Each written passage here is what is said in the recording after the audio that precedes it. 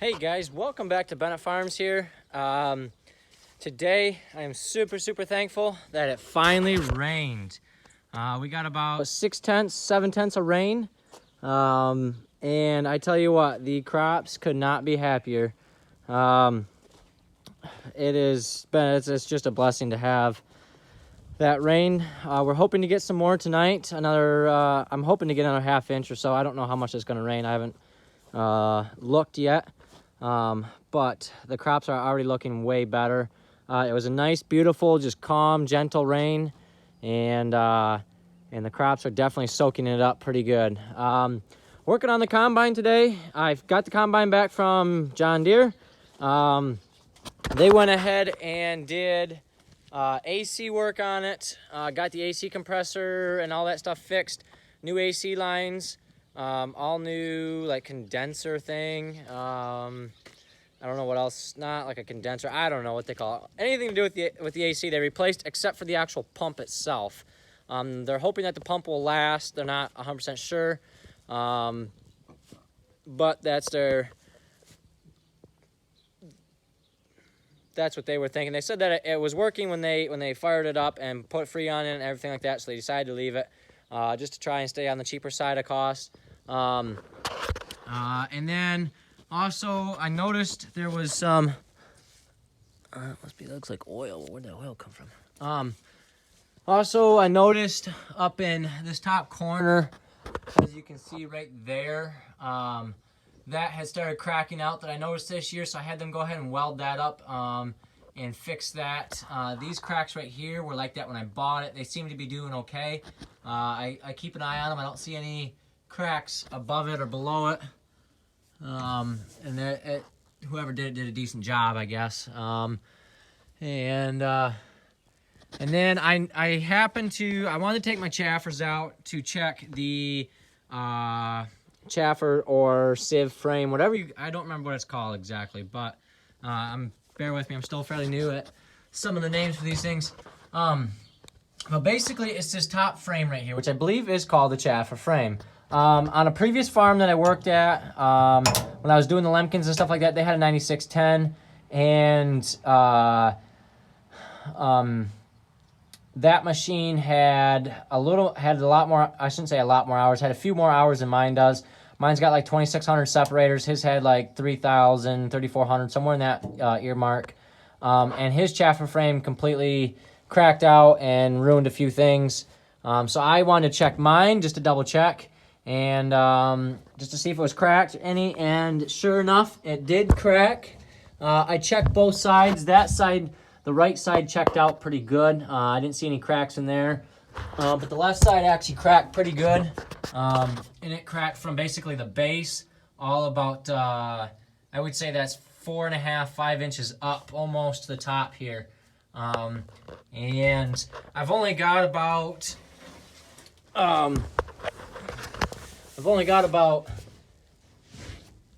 45 acres of wheat to run. I got 15 acres over on the west side of the farm to run for ours, and then I have 30 acres of custom wheat to do, and then I also have the neighbor guy down the road. I have another 20 acres, I think it is, of oats to do. So I figured for the 40, 45 acres, 50 acres that it was going to be, I'm not going to spend $900 on replacing it yet. I think I'm going to leave it for now. And then later this summer, before fall harvest, definitely, I will get that replaced for sure. Because I don't want that completely breaking out and disintegrating. I'll keep an eye on it too. It's in a fairly decent spot. And I think I cracked my lens on my camera. On my phone, that's not good. I'm trying to get this door open here, but I'm probably not going to be able to.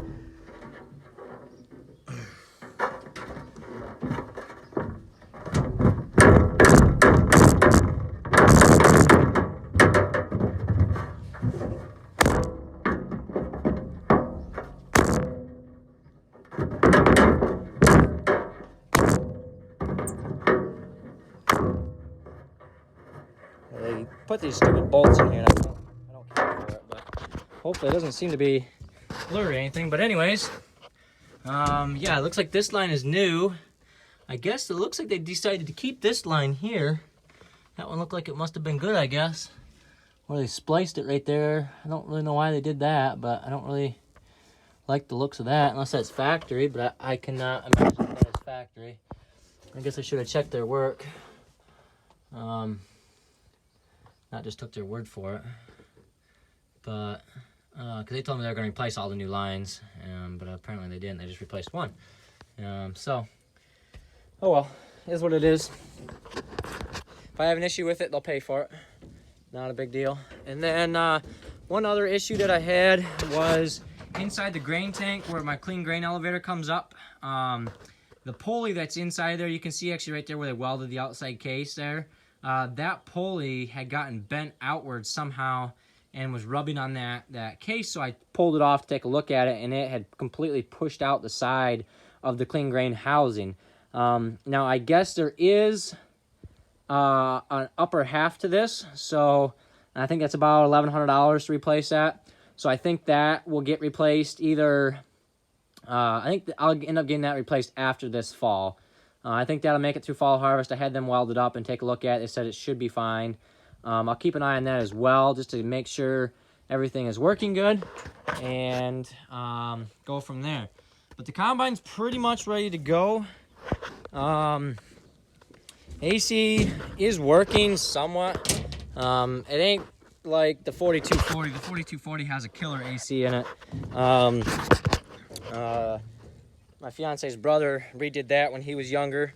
All new lines, all new everything AC. Converted it over to the 134A or whatever it is, and did a killer job. That will freeze you out of there. Combine not so much, but it's pretty much ready to go. I guess the only thing I gotta go do is put the agglerator monitor in there and get the GPS loaded, put the tailboard spinner back on. I was going to drop this and because we're going to bale the straw, but I'm going to do that custom work first, I think, and then put that tail and then pull it all off and have to drop it and everything. But I was looking up on the inside. I'm probably going to have to go ahead and do the shoe augers this year. They're getting pretty sharp and worn out, and they are the originals. And whatnot. So if you guys are wondering what these are actually like a homemade I don't know what you want to call it, like a homemade grain thrower. It helps throw the grain to the center of the combine if you get on any sort of contours that are great. That way the grain doesn't fly all the way over here on one side and load the pre-sieve up or the pre-cleaner up. It'll help throw it towards the center of the combine. If you're on kind of some steep or uneven ground. I just about whacked my head on that. That would have hurt. But yeah, so, and then we're working on the grain cart. So, new to me grain cart. It's a Kinsey 450 C, which stands for conveyor grain cart. I got this to try out. I'm hopefully going to purchase it after, if I like it and if it works good for our operation. I think it's going to work really good. It seems I've ran one of these carts before at that same farm that had the 9610. They had the same exact one. And the cool thing about this cart is that there's no PTO required. So I could put it on that 4240, and as long as I get enough weight on the front, and I could run it with that 4240. Now, tractor comparison size, I would probably want to put the duals on it if I did run it, because that would be a lot of weight. But it would do it. This cart is in great shape for the model year, and which I don't know the model year exactly, but the general, I think these were like 96, 98, somewhere in that general time frame, and they made them for quite a few years. There's only a couple issues that I'll show you guys here in a second, but other than that, though, it's in good shape. The tires, it's been sitting in a lean-to for quite a few years, hasn't been used at all. Just due to having a bigger grain cart on the other farm. And but it's got the diamond tread pattern, which is nice because I don't have it won't tear up the fields as bad, especially with us being no-till. It'll help. But I mean, the paint's in great shape. I've got it on the Massey Ferguson right now, which barely fits in here, and same thing with the cart barely fits in here. One thing I found that was really odd is this grain cart doesn't have a ladder to get up inside of it. Now, granted, I think that was more of a safety thing back in the day, and or just didn't even think about putting one on. So the conveyor actually comes down here. It's only ran off of 4 hydraulic lines. One set of hydraulic lines to actually run the orbit motor that runs the paddles inside, and then another hydraulic set of hoses to run the gate and to run the fold and unfold. So, but up here at the top, I'll show you what I was working on. I've been working on, this is the catch for it right here. Oh boy, I think I got a fire in there. Shit, that's awful hot. Yeah, I think I do. Something must be on fire. Crap.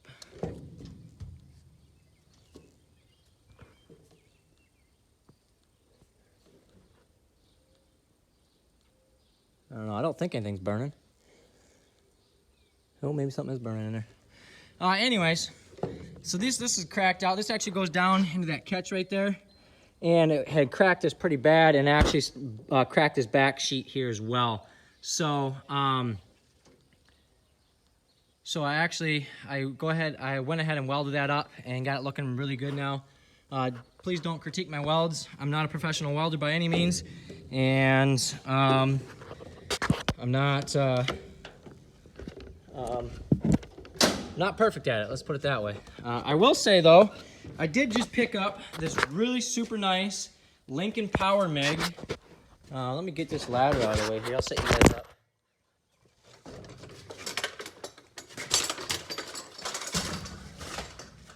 It's the only ladder I had available, so that's what I had.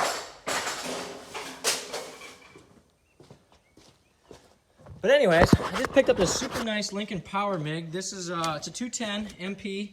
You can actually do TIG, stick, and obviously MIG welding. This is like a fairly expensive welder, and I got it really cheap. The guy that I bought it from, I actually bought it off Facebook, just wanted to buy a bigger one. Wanted to buy a bigger welder, so I got it really cheap, and he had just purchased it only this spring. So yeah, but anyways, guys, that's going to do it for this video today. The biggest thing you guys can do to support the channel is to give the thumbs up and hit that subscribe button down below. We're doing really good. We've got over 1,100 subscribers now. I appreciate it. And if you guys have made it this far to the end of the video, which you probably haven't, we're going to be doing a giveaway within the next week during wheat harvest here. I've got several different gifts. I think we're going to do 4 or 5 giveaways. I'm still trying to figure out how I'm going to actually pick the winners and how I want to do that. But if you guys are still tuned into the video, I appreciate it. Hit that thumbs up button, and we'll catch it to you later. Thanks for watching today, guys.